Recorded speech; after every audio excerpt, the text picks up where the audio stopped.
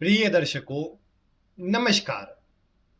आज मैं आपको जन्म कुंडली में चंद्रमा की शुभ स्थिति के बारे में बताने वाला हूं। जन्म कुंडली में ऐसे कौन कौन से भाव है जहां स्थित चंद्रमा आपको सबसे ज्यादा सकारात्मक प्रभाव देने का कार्य करता है, या ये चंद्रमा आपके जीवन में उन्नति में सहायक होता है। आज की जानकारी इसी से जुड़ी हुई है। आप इस चैनल से जुड़े हैं तो आपको एक बात पता ही होगी कि चंद्रमा एक ऐसा ग्रह है जो केवल आप ये नहीं बोल सकते कि इस भाव में बैठेगा तो शुभ ही प्रभाव दे देगा, या इस भाव में बैठ करके तो सब स्थिति अच्छी ही बनेगी। क्योंकि चंद्रमा जो है वो कुंडली के किसी भाव में भी बैठ जाए, वहां आप एक बात देखेंगे कि चूंकि चंद्रमा का स्वभाव है घटना और बढ़ना, चंद्रमा बहुत तेजी से परिवर्तन करता है। तो इसीलिए आप देखेंगे कि कुंडली के 12 भावों में चंद्रमा कहीं भी बैठ जाए, वहां उस भाव के अंदर आप देखेंगे कि उतार चढ़ाव का प्रभाव, परिवर्तनों का प्रभाव आपको ज्यादा देखने को मिलेगा। और फिर आप ये भी बात जानते हैं कि चंद्रमा जो है वो मन का कारक होता है।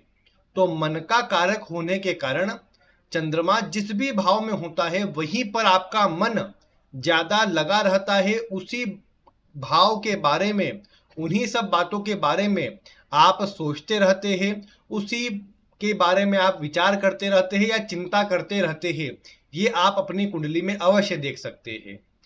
जैसे एक उदाहरण मैं आपको बताता हूं, फिर अन्य भावों में चंद्रमा की चर्चा करते हैं। जैसे मान लीजिए किसी व्यक्ति के 11वें भाव में चंद्रमा है। आप जानते हैं 11वां भाव जो होता है ये हमारी आय का है, धन का है। मतलब धन का तो नहीं, लेकिन जो इनकम होती है उसका विचार यहीं से होता है, लाभ का विचार यहीं से होता है।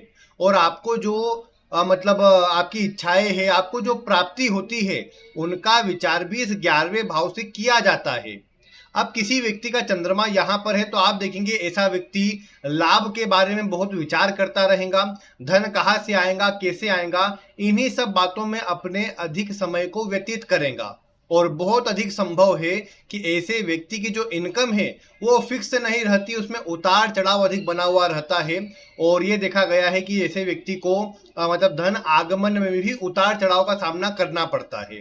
तो ये तो चंद्रमा के जो मैंने शुरुआत में आपको कुछ महत्वपूर्ण पॉइंट बताए थे उससे आप मिला सकते हैं। किसी भाव में भी चंद्रमा होगा तो ये बात आपको अवश्य मिलती नजर आएंगी। लेकिन फिर भी इन सब के बाद भी चंद्रमा में और भी बातें देखने योग्य होती है कि चंद्रमा जो है वो कुंडली में पक्ष बल से शुभ ग्रह बना हुआ है या पापक ग्रह बना हुआ है। आप ये तो जानते ही है कि चंद्रमा नैसर्गिक रूप से शुभ ग्रह नहीं है। चंद्रमा जो है, अगर आप देखते हैं कि बलवान चंद्रमा है, मतलब ऐसे समय का आपका जन्म है जब चंद्रमा आकाश में बलवान होता है, अच्छा तेज लिए हुए होता है, तो ऐसे चंद्रमा को शुभ ग्रह कहा गया है। जैसे आपका जो जन्म है, अगर आप ये देखते हैं कि पूर्णिमा के आसपास के दिनों का है तो बहुत अच्छा, मतलब पूर्णिमा के जितने पास का जन्म आपका होगा उतना अधिक चंद्रमा शुभ ग्रह बना हुआ होगा। उसमें शुभ ग्रह की जो टेंडेंसी है ज्यादा देखने को मिलेंगी, मतलब सौम्यता वाला प्रभाव और एक शांत सौम्य प्रभाव चंद्रमा में देखने को मिलेगा। लेकिन यही चंद्रमा आपका, आपने देखा कि कुंडली में अमावस्या के पास का है, अमावस्या के आगे पीछे दिनों का है, तो ऐसा चंद्रमा चूंकि आप अगर आकाश में भी देखेंगे तो कमजोर स्थिति में होता है, उसके बल में कमी रहती है। और इसी कारण से आप ये देख पाते हैं कि ऐसे व्यक्ति का मन भी अधिक अशांत रहता है, चिंतित रहता है। और ऐसा पापक ग्रह बना हुआ चंद्रमा व्यक्ति को शारीरिक और मानसिक कष्ट देने का काम ज्यादा करता देखा गया है। अगर किसी अशुभ ग्रह के, पापक ग्रह के प्रभाव में आ जाए तो चीजें बढ़ जाती है। जैसे चंद्रमा शनि के प्रभाव में आ जाए, राहु के प्रभाव में आ जाए, केतु के प्रभाव में आ जाए, या यहाँ तक चंद्रमा के साथ में सूर्य भी हो, तो ये स्थितियां व्यक्ति को मानसिक रूप से परेशान करती है, चिंतित करती है। और कहीं ना कहीं ऐसा व्यक्ति उलझनों में अधिक फंसा रहता है, अन्य से धोखा मिलता है। कई बार फिर एकांत प्रिय, अपने आप में रहने वाला और अन्य से धोखा खाने के कारण ज्यादा पर विश्वास नहीं करने वाला ऐसा व्यक्ति बन जाता है। तो ये तो चंद्रमा के कुछ जो मैंने शुरुआत में आपको महत्वपूर्ण बातें बताई है। अब मैं आपको कुछ भावों से जुड़ी जानकारी प्रदान करता हूं जिनमें चंद्रमा आप देखिए कुंडली में अगर होंगे तो आप देखेंगे सकारात्मक प्रभाव मिलेगा और आपके जीवन में उन्नति बढ़ती नजर आएगी। सबसे पहले अगर आप देखेंगे कि चंद्रमा अगर आपकी कुंडली के लग्न यानी प्रथम भाव में है। बहुत से लोग बोल सकते हैं कि नहीं, लग्न में चंद्रमा का प्रभाव अच्छा नहीं होता, लेकिन हाँ, इसमें बहुत से फैक्टर है चंद्रमा के साथ में। किसी भाव को भी लागू कीजिए, हर एक भाव में चंद्रमा को देखने के लिए आपको बहुत सारी बातों पर विचार करना ही पड़ेगा। लेकिन लग्न में चंद्रमा को इसलिए अच्छा कहा जा सकता है क्योंकि लग्न स्थित चंद्रमा इस बात को दर्शाता है कि आपके जीवन में आपकी, चूंकि लग्न कुंडली और चंद्र कुंडली दोनों एक हो जाएंगी। अब लग्न और चंद्र कुंडली एक हो जाने से आप इस बात को देख पाएंगे कि आपके जीवन में जो आपका स्वभाव है, जो नेचर है, जिस तरह के कार्य करने की प्रवृत्ति है, वो एक जैसी रहेगी। अब जैसे मान लो चंद्रमा यहाँ पर अगर कन्या राशि का है, तो जो मैनेजमेंट वाला काम है, जो मैनेजमेंट क्षमता है, मार्केटिंग गुण है, वो आपके अंदर यथावत अधिक मात्रा में रहेंगे, क्योंकि लग्न और राशि दोनों एक हो गई, तो ऐसे में इसका प्रभाव ज्यादा देखने को मिलेगा आपको।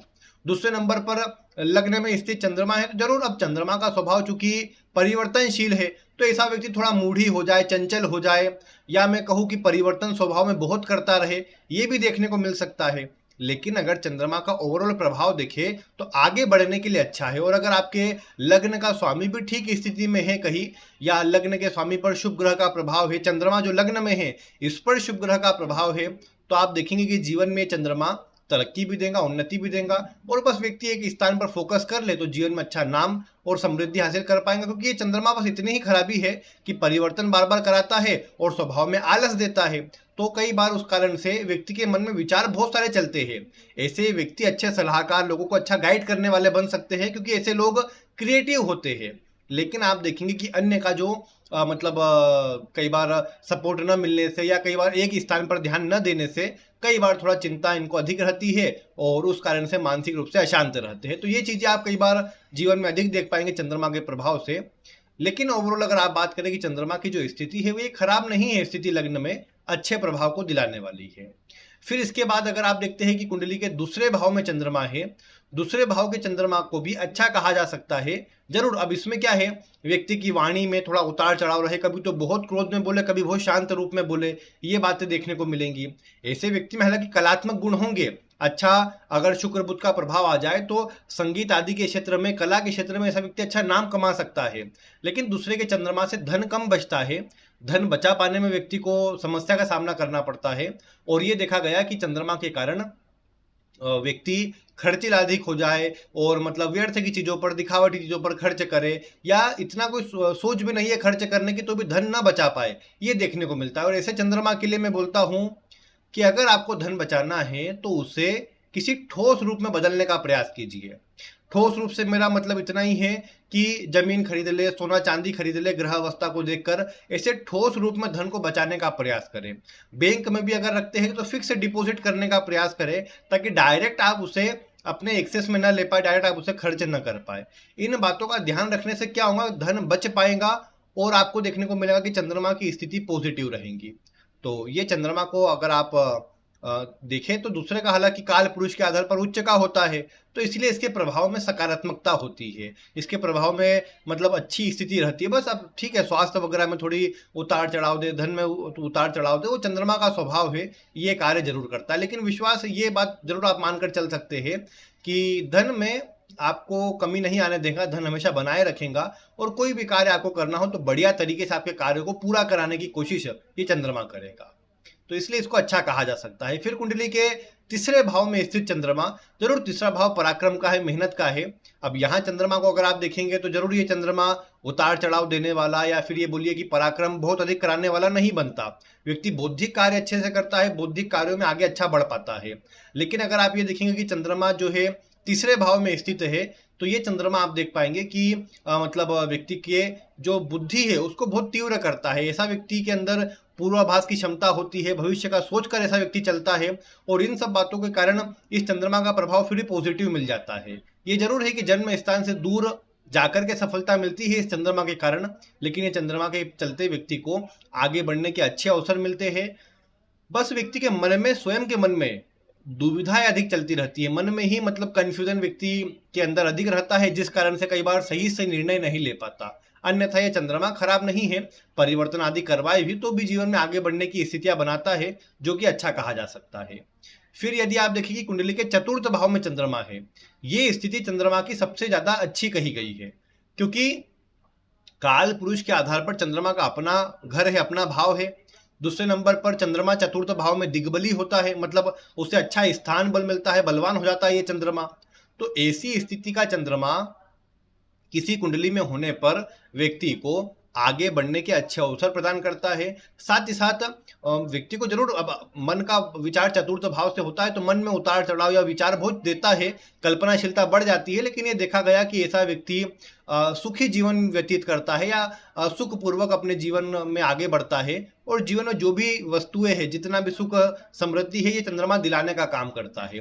जरूर कई बार घर बार बार बदलते रहते हैं या स्थान में परिवर्तन अधिक होता रहता है, लेकिन उसके बाद भी ये चंद्रमा कुंडली के चतुर्थ भाव में होकर के सकारात्मक प्रभाव देता है, माता से विशेष लगाव प्रदान करता है। ऐसा व्यक्ति अपने घर परिवार से, माता से विशेष जुड़ा हुआ रहता है। ऐसा व्यक्ति समाज के लिए भी कार्य करता है, लोगों की सहायता के लिए भी कार्य करता है, जो निश्चित रूप से अच्छा होता है। तो इसे भी एक शुभ स्थिति कही जाएंगी, जो कि बढ़िया प्रभाव दर्शाती है। फिर पंचम में भी चंद्रमा का प्रभाव अच्छा होता है। यहाँ पर पंचम भाव में होने पर तो एक बात देखेंगे कि लग्न और जो पंचम भाव की राशि है उनका तत्व एक जैसा होता है। तो एक तत्व का चंद्रमा होने के कारण आपका मन पूरी तरह से ये पॉजिटिव रखने का काम करता है, और साथ ही साथ आप देखेंगे कि इस चंद्रमा के जो प्रभाव मिलते हैं वो भी आपके जीवन में आपको सकारात्मक स्थिति देने का कार्य करते हैं। पंचम में स्थित चंद्रमा व्यक्ति की क्रिएटिविटी को और कार्य करने की क्षमता को बढ़ा देता है। व्यक्ति विचार बहुत करता है, कल्पनाशीलता व्यक्ति के अंदर बहुत होती है। ये भी देखा गया कि अन्य से धोखा भी बहुत मिलता है, लेकिन आप इतना बोल सकते हैं कि व्यक्ति अपने दम पर, अपनी बुद्धि से, अपने ज्ञान से आगे बढ़ता है। मैनेजमेंट क्षमता अच्छी होने से सभी चीजों को अपने अनुसार लेकर चलता है और जीवन में अच्छा नाम, अच्छी सफलता हासिल करता है। ऐसा व्यक्ति परोपकारी, दूसरों की सहायता करने वाला और अच्छे मार्ग से आगे बढ़ने वाला होता है। अगर ये चंद्रमा बलवान हो तो व्यक्ति अच्छा नाम और सम्मान अपने जीवन में बना पाता है। तो इसलिए इस चंद्रमा को, पंचम के चंद्रमा को अच्छा कहा गया है और शुभ प्रभाव देने वाला कहा गया है। अब अगर ज्योतिष शास्त्र की बात करेंगे तो लग्न से पंचम भाव तक के चंद्रमा को विशेष शुभ कहा गया है। इसके अलावा अन्य भावों में चंद्रमा की स्थिति को थोड़ा कमजोर या खराब कहा गया है। उसमें केवल नवम भाव एक अपवाद में आता है, जो अन्य भावों के मुकाबले यहाँ नवम भाव में शुभता रहती है, क्योंकि नवम में स्थित चंद्रमा इस बात को दर्शाता है कि यहाँ पर भी लग्न और जो नवम का तत्व है वो एक जैसा हो जाएगा। अब लग्न और नवम का तत्व एक जैसा हो जाने से व्यक्ति के जीवन में जो उन्नति का प्रभाव है, तरक्की का प्रभाव है, बढ़ता है। भाग्य का साथ जरूर उतार चढ़ाव वाला मिलता है, लेकिन चंद्रमा अगर शुभ ग्रह की दृष्टि में हो और विशेषकर ये चंद्रमा अगर गुरु की दृष्टि में हो तो ऐसे व्यक्ति को भाग्य का बढ़िया साथ मिलता है।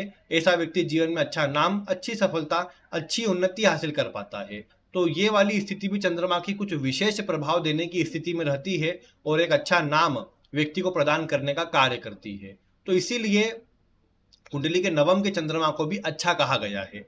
अब इसके अलावा जो भाव बचे हैं, जैसे छठे भाव की बात करें, छठा भाव रोग, रिपु और ऋण का होता है, चैलेंजेस का होता है, कहीं ना कहीं संघर्ष के लिए भी देखा जा सकता है। अब और फिर छठे भाव से डेली रूटीन का विचार होता है।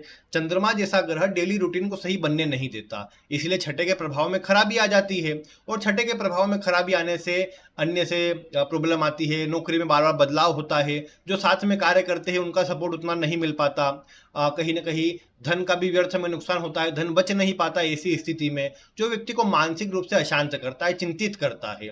और स्वयं को भी ऐसा चंद्रमा कफजन्य रोग और जो मतलब मौसमी बीमारियां है, एलर्जी, इन्फेक्शन के रोग है, जल्दी प्रदान कर देता है। तो ऐसे व्यक्ति को भी मतलब ये देखा गया है कि स्वास्थ्य संबंधी चिंताएं बनी रहती है, मानसिक अशांति, या व्यक्ति का जो विशेष ध्यान है अपने स्वास्थ्य पर, अपने मतलब स्वयं की हेल्थ पर बना रहता है, और कहीं ना कहीं व्यक्ति चिंता में अधिक रहता है। तो ये चीजें आप देख पाएंगे छठे के चंद्रमा के चलते, इसीलिए इसको उतना अच्छा नहीं कहा गया। सप्तम भाव में चंद्रमा हो तो ये तो व्यक्ति को बहुत अधिक भोगी बनाने वाला या विलासी बनाने वाला हो जाता है। ऐसा व्यक्ति बहुत अधिक खर्चीला हो जाता है।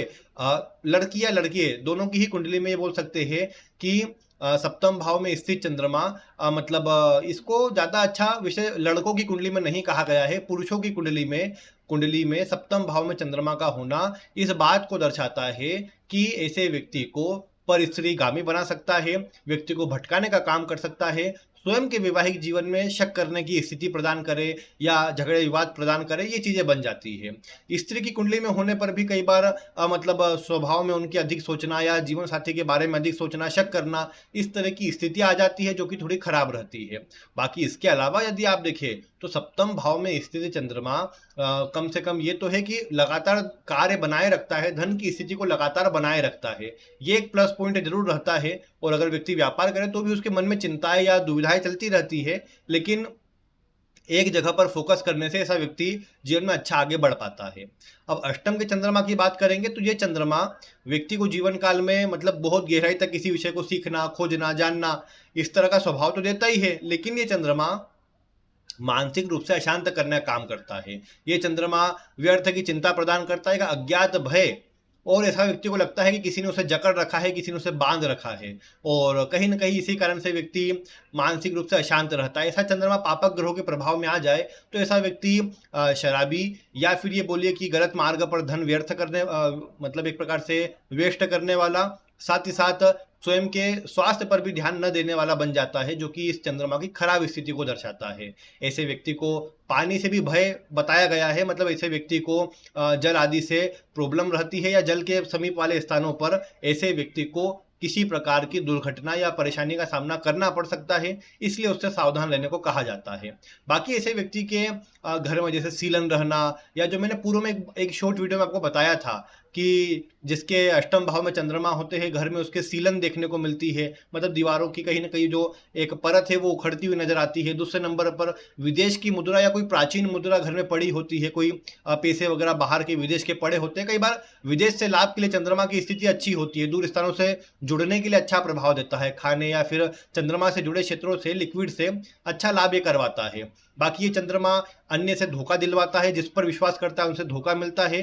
साथ ही साथ ये चंद्रमा का प्रभाव व्यक्ति को भी थोड़ा अशांत करता है, तो ये चीजें कहीं ना कहीं थोड़ा परेशान करती है व्यक्ति को, इसलिए इसको उतना अच्छा नहीं कहा गया। बाकी फिर दशम भाव की बात करेंगे। दशम भाव चूंकि करियर का है, अब कार्य क्षेत्र के भाव में चंद्रमा का होना कहीं ना कहीं कार्य क्षेत्र में उतार चढ़ाव या बार बार बदलाव, इस तरह का स्वभाव दे देता है। ऐसे व्यक्ति भी अगर नौकरी करते हैं तो बार बार छोड़ना, बार बार बदलना, इस तरह की स्थितियां बन जाती है। इसीलिए ऐसे व्यक्ति को कहा जाता है कि ऐसा काम करे जिसमें यात्रा करना पड़े। चंद्रमा परिवर्तन वाला है तो थोड़ा घूमना फिरना पड़े, आना जाना पड़े। उससे क्या होगा, दशम भाव की जो एनर्जी है पॉजिटिव रूप में काम करेंगी और अच्छा प्रभाव देने का काम करेंगी। बाकी दशम का चंद्रमा उच्च अधिकारी से, साथ में कार्य करने वाले से प्रॉब्लम क्रिएट करवाता है, अन्य से मतलब उतने अच्छे संबंध नहीं रह पाते, जिस कारण से परेशानी का सामना करना पड़ता है।